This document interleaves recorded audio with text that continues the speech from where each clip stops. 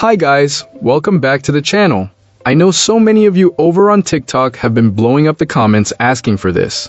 So today, we're finally doing some customer reviews analysis for it.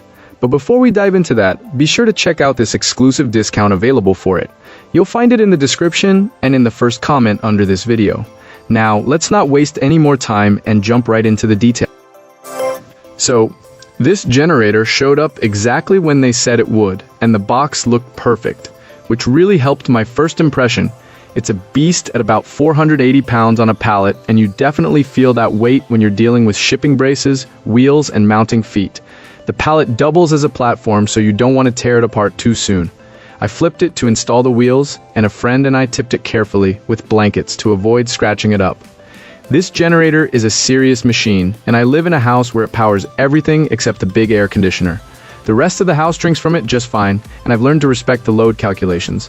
I've got about 10 hours on the unit so far, running on a 40-pound propane bottle that's already more than halfway used. The 50% load figures in the manuals aren't just numbers here.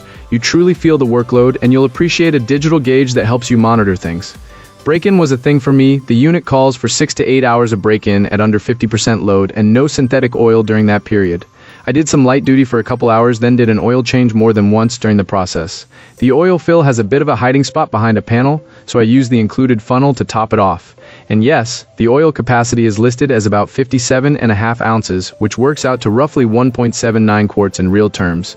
I started with 10-130 non-synthetic during the break-in, then moved to a synthetic for longer runs. If you're thinking about fuel flexibility, this generator is designed for tri-fuel operation, and it's easy to switch to propane once you've burned through the gasoline portion. I enjoyed the quick start each time, and I appreciated that it started strong after I toggled the valves. There are 3 different wire plug ends included, which is handy if you want to tailor cables to your setup.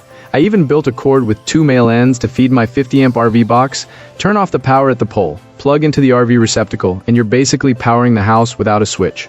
Just be mindful, the remote start isn't as practical as you'd think because you end up resetting breakers and fiddling with plugs every time you start or stop. One quirk worth mentioning is the idle control. The switch did nothing at first and the actuator was bent out of the box. After I corrected the actuator and tuned the idle screw, it would drop the idle too far and shut down, which I had to fix. It's doable, but not something everyone will want to troubleshoot every time. I'd probably skip relying on idle control when it's connected to the house.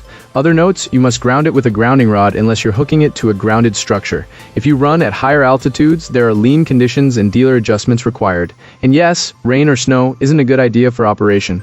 Overall, this is solidly built and it does what it's meant to do with enough outlets and a big enough punch to run most of a home during an outage.